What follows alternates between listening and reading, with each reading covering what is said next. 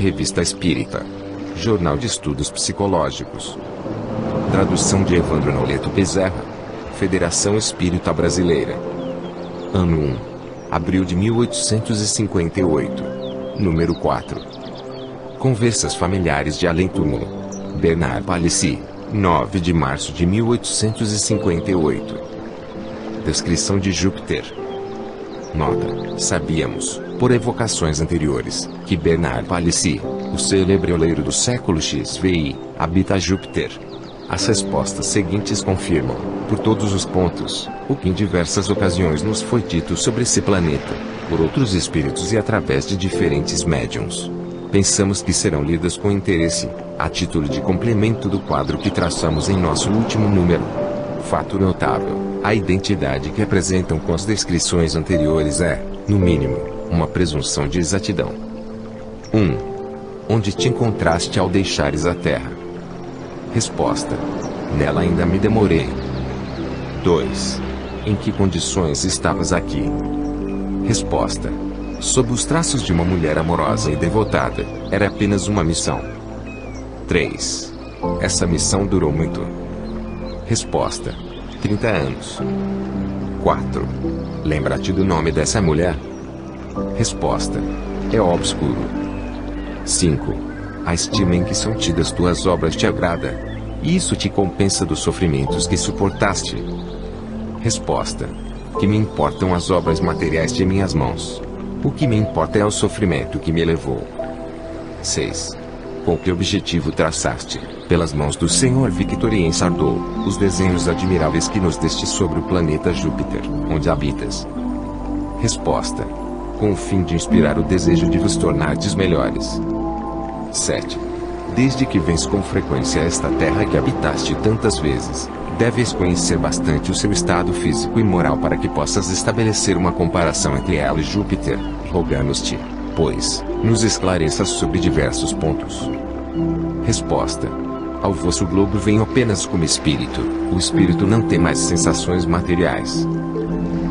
Estado físico do globo. 8. Pode-se comparar a temperatura de Júpiter à de uma de nossas latitudes? Resposta: não, ela é suave e temperada, sempre igual, enquanto a vossa varia. Lembrai dos campos elíseos que vos foram descritos. 9. O quadro que os antigos nos deram dos campos elíseos resultaria do conhecimento intuitivo que possuíam de um mundo superior, tal como Júpiter, por exemplo. Resposta: do conhecimento positivo, a evocação permanecia nas mãos dos sacerdotes. 10. A temperatura varia segundo as latitudes, como na Terra. Resposta: não. 11. Conforme nossos cálculos, o Sol deve aparecer aos habitantes de Júpiter sob um ângulo muito pequeno e, em consequência, dá-lhes pouca luz. Podes dizer-nos se a intensidade da luz é ali igual à da Terra ou se é menos forte? Resposta: Júpiter é envolvido por uma espécie de luz espiritual que mantém relação com a essência de seus habitantes. A luz grosseira de vosso Sol não foi feita para eles. 12. Há uma atmosfera? Resposta: sim. 13. A atmosfera de Júpiter é formada dos mesmos elementos que a atmosfera terrestre? Resposta: não, os homens não são os mesmos, suas necessidades mudaram. 14. Existem água e mares? Resposta: sim. 15. A água é formada dos mesmos elementos que a nossa?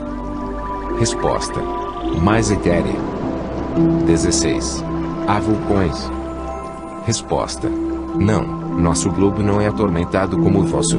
Lá, a natureza não teve suas grandes crises, e a morada dos bem-aventurados, nele, a matéria mal existe. 17.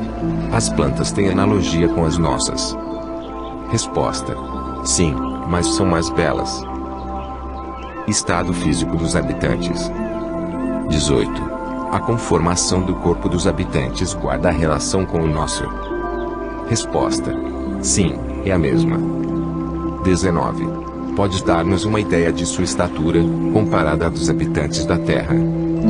Resposta: grandes e bem proporcionados, maiores que os vossos maiores homens. O corpo do homem é como o molde de seu espírito, belo, onde ele é bom. O envoltório é digno dele, não é mais uma prisão. 20. Lá os corpos são opacos, diáfanos ou translúcidos. Resposta. Há uns e outros. Uns têm tal propriedade, outros têm outra, conforme sua destinação. 21. Concebemos isso para os corpos inertes, mas nossa questão refere-se aos corpos humanos. Resposta. O corpo envolve o espírito sem ocultar, como um tênue véu lançado sobre uma estátua. Nos mundos inferiores o invólucro grosseiro oculta o espírito a seus semelhantes, mas os bons nada têm a esconder, podem ler no coração uns dos outros. Que aconteceria se assim fosse na Terra? 22. Há sexos diferentes? Resposta. Sim, há sexo por toda parte onde existe a matéria. É uma lei da matéria. 23. Qual a base da alimentação dos habitantes? E animal e vegetal, como aqui? Resposta. Puramente vegetal, o homem é o protetor dos animais. 24. Foi-nos dito que eles absorvem uma parte de sua alimentação do meio ambiente, do qual aspiram as emanações. Isso é exato? Resposta. Sim. 25. Comparada à nossa, a duração da vida é mais longa ou mais curta? Resposta. Mais longa. 26. Qual é a duração média da vida? Resposta. Como medir o tempo? 27. Não podes tomar um de nossos séculos por termo de comparação? Resposta. Creio que mais ou menos 5 séculos. 28. O desenvolvimento da infância é proporcionalmente mais rápido que o nosso? Resposta. O homem conserva sua superioridade, a infância não comprime sua inteligência nem a velhice a extingue. 29. Estão os homens sujeitos a doenças? Resposta. Não estão sujeitos aos vossos males. 30. A vida está dividida entre a vigília e o sono? Resposta. Entre a ação e o repouso. 31. Poderias dar-nos uma ideia das diversas ocupações dos homens? Resposta. Seria preciso dizer muito. Sua principal ocupação é encorajar os espíritos que habitam os mundos inferiores a perseverarem no bom caminho. Não havendo entre eles infortúnio aliviar, vão procurá-los onde existe sofrimento. São os espíritos bons que vos sustentam e vos atraem ao bom caminho. 32. Ali se cultivam certas artes? Resposta. Lá elas são inúteis. As vossas artes são brinquedos que distraem vossas dores. 33. A densidade específica do corpo humano permite-lhe transportar-se de um lugar a outro, sem ficar, como aqui, preso ao solo. Resposta. Sim. 34. Experimenta-se ali o tédio e o desgosto da vida? Resposta. Não, o desgosto da vida não provém senão do desprezo de si mesmo. 35. Sendo menos denso do que os nossos, o corpo dos habitantes de Júpiter é formado de matéria compacta e condensada, ou de matéria vaporosa? Resposta. Compacta para nós, mas não seria para vós, e menos condensada. 36. O corpo, considerado como feito de matéria, é impenetrável? Resposta. Sim. 37. Seus habitantes têm uma linguagem articulada, como a nossa? Resposta. Não, entre eles há comunicação de pensamentos. 38. A segunda vista é, como nos disseram, uma faculdade normal e permanente entre vós? Resposta. Sim, o espírito não tem entraves, nada se lhe oculta. 39. Se ao espírito nada se oculta, conhece, pois, o futuro. Referimos-nos aos espíritos encarnados em Júpiter. Resposta. O conhecimento do futuro depende da perfeição do espírito, tem menos inconvenientes para nós do que para vós, e nos mesmo necessário, até certo ponto, para a realização das missões que devemos executar, mas, daí a dizer que conhecemos o futuro, sem restrição, seria colocar-nos na mesma posição que Deus. 40. Podeis revelar-nos tudo quanto sabeis sobre o futuro? Resposta. Não, esperai até que tenhais merecido sabê-lo. 41. Comunicai-vos com os outros espíritos mais facilmente do que o fazeis conosco? Resposta. Sim. Sempre. Não existe mais a matéria entre eles e nós. 42. A morte inspira o horror e o pavor que provoca entre nós? Resposta: por que seria apavorante? O mal já não existe entre nós. Só o mal encara o seu último momento com pavor. Ele teme o seu juiz. 43. Em que se transformam os habitantes de Júpiter após a morte? Resposta: crescem sempre em perfeição, sem mais terem que sofrer provas. 44. Não haverá, em Júpiter, espíritos que se submetam a provas para cumprirem uma missão? Resposta: sim, mas não se trata mais de uma prova, só o amor do bem os leva a sofrer. 45. Podem falir em suas missões? Resposta: não, visto que são bons, não há fraqueza senão onde há defeito. 46. Poderias nomear alguns dos espíritos habitantes de Júpiter que cumpriram uma grande missão na Terra? Resposta: São Luís. 47. Poderias indicar outros? Resposta: que vos importa? Há missões desconhecidas que não têm por objetivo senão a felicidade de um só. São, por vezes, maiores, e são mais dolorosas. Os animais. 48. O corpo dos animais é mais material que o dos homens? Resposta: sim, o homem é o rei, o deus terrestre. 49. Entre os animais há os que são carnívoros? Resposta: os animais não se estraçalham entre si, vivem todos submetidos ao homem, amando-se mutuamente. 50. Mas não haverá animais que escapem à ação do homem, como os insetos, os peixes, os pássaros. Resposta: não, todos lhes são úteis. 51. Disseram-nos que os animais são os servidores e os operários que executam os trabalhos materiais, constroem as habitações, etc. Isso é verdade? Resposta: sim, o homem não se rebaixa mais para servir ao seu semelhante. 52. Os animais servidores estão ligados a uma pessoa ou a uma família, ou são tomados e trocados à vontade, como aqui? Resposta: todos se ligam a uma família particular, mudais mais, para achar um melhor. 53. Vivem os animais servidores em estado de escravidão ou de liberdade? São uma propriedade ou podem mudar de dono à vontade? Resposta: eles lá se encontram em estado de submissão. 54. Os animais trabalhadores recebem uma remuneração qualquer por seus esforços? Resposta: não. 55. As faculdades dos animais desenvolvem-se por uma espécie de educação? Resposta: eles o fazem por si mesmos. 56. Os animais têm uma linguagem mais precisa e mais caracterizada que a dos animais terrestres? Resposta: certamente. Estado moral dos habitantes. 57. As habitações de que nos deste uma mostra por teus desenhos estão reunidas em cidades, como aqui? Resposta: sim, os que se amam se reúnem, suas paixões estabelecem a solidão em torno do homem. Se, ainda mal, procura este seu semelhante, que para ele não é senão um instrumento de dor, porque o homem puro e virtuoso fugiria do seu irmão. 58. Os espíritos são iguais ou de diferentes graduações?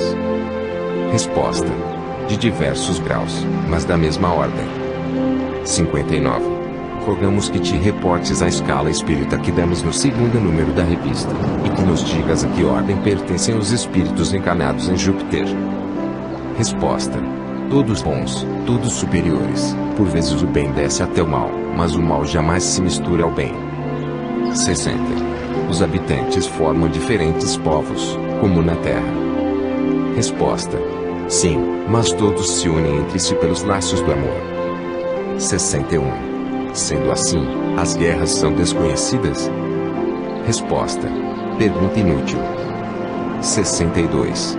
Na Terra poderá o homem alcançar suficiente grau de perfeição que o isente das guerras?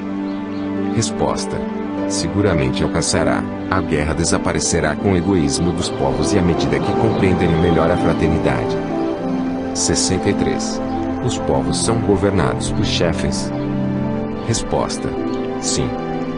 64. Em que se baseia a autoridade dos chefes? Resposta: no seu grau superior de perfeição. 65.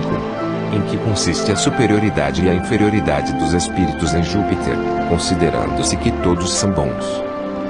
Resposta: eles têm maior ou menor cabedal de conhecimentos e experiência, depuram-se, à medida que os esclarecem. 66. Como na Terra, há povos mais ou menos avançados do que outros? Resposta: não, mas os há em diversos graus. 67. Se o povo mais avançado da Terra se visse transportado para Júpiter, que posição ocuparia? Resposta: a dos vossos macacos. 68. Lá os povos são governados por leis? Resposta: sim. 69. Há leis penais? Resposta: não há mais crimes. 70. Quem faz as leis? Resposta: Deus as faz. 71. Há ricos e pobres, isto é, homens que vivem na abundância e no supérfluo, e outros a quem falta o necessário? Resposta: não, todos são irmãos. Se um possuísse mais que o outro, com este dividiria. Não seria feliz quando seu irmão se privasse do necessário. 72. De acordo com isso, as fortunas seriam iguais para todos?